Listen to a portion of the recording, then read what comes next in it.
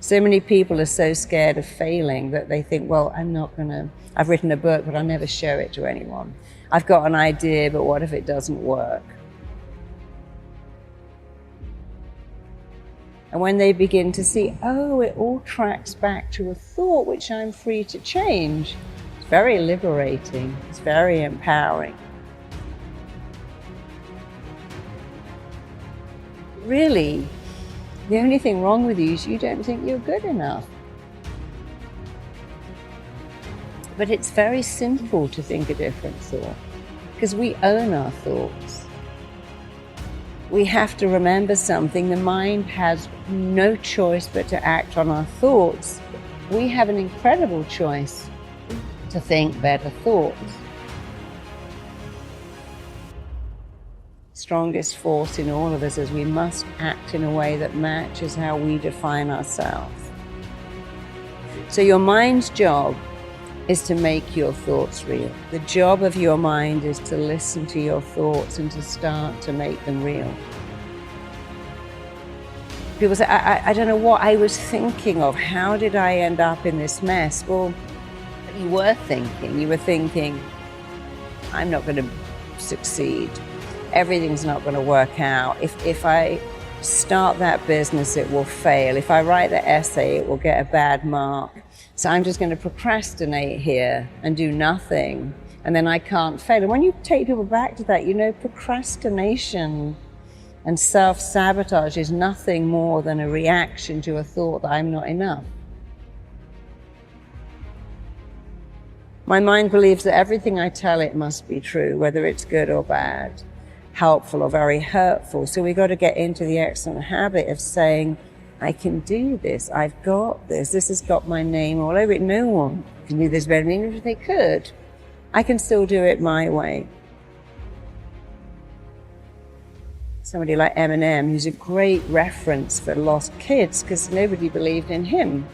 And nobody believed he could be a rapper, but here he is, and he put his anger into rapping, and then they go, oh yeah.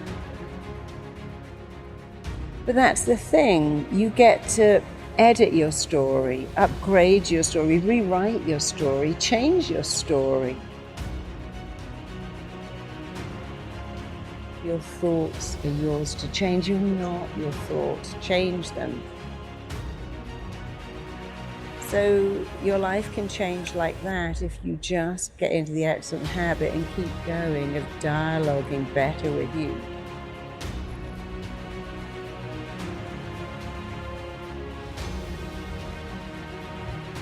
Change like that. Can you change in 21 days? You can change in 21 seconds if you know how. In fact, you can change twice every day, first in the way you think and the second in the way you act. Your life can change immediately when you change your dialogue. And there are many people who told you that. I just stopped saying that.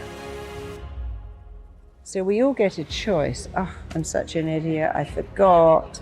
I got that wrong. But then even when you get something wrong, what did you learn? A person who never made a mistake, never made anything, your mistakes teach you. So even when you make a mistake, think, well, I learned something. I learned I'll never do that again. Occasionally when I'm traveling, I go, okay, we've forgotten our chargers. Let's always keep them in our travel bag. Let's always keep them there. When you make a mistake, it usually enhances your education if you learn from it.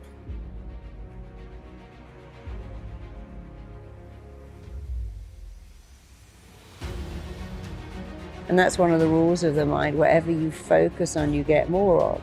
And you can't be in two lanes, so pick a better lane, go into that better lane, keep telling yourself better things, think better thoughts. And whatever is the missing bit, the emptiness, the needs you didn't get met, take some time to think about what they are, and think about what you wanted here, and then tell yourself those words. I can do it. I've got this. I'm good at this. Because amazingly, there is nothing that will raise your self-esteem like praise, but your own praise is better. So if you said to me, oh, you can speak on stage, you can do that. I go, yeah, but you're just saying that. But if I say it, my mind believes that everything I tell it must be true, whether it's good or bad, helpful or very hurtful.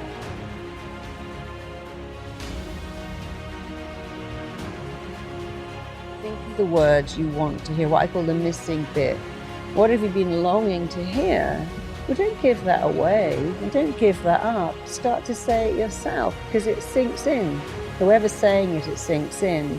But when someone else says it, they might have an agenda. You're great, could you lend me some money? But when you say it, there is no agenda. Think of your unmet needs. The emptiness in you is what you didn't get as a kid. You didn't get love, you didn't get praise, you didn't get recognition, you didn't get celebrated, you didn't even get gifts. And that's horrible, but imagine if you could start to say those things. I matter, I'm significant, I'm lovable, I'm worthy, I'm enough. And then you'll start to fill up that emptiness. The not enoughness becomes enoughness. And actually, when you do it yourself, it's way more powerful anyway because you have no agenda.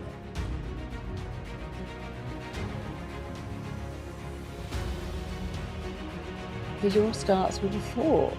But changing your thoughts is easy, it's free, can be instant.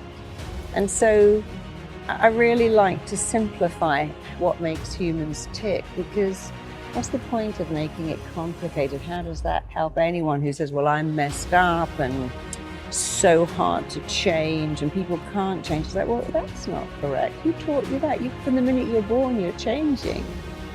Oh, you know, it's long and arduous to recover. No, it isn't. Some people recover like that. You could be one of the ones that changes your thoughts, changes your feelings, changes your actions after all.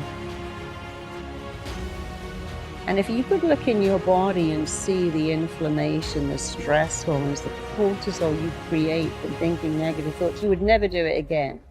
So we got to remember our thoughts are not our thoughts. They're a blueprint that our mind, body, and psyche are trying to make real. And if you could only think better thoughts, you'd give your mind an easy job.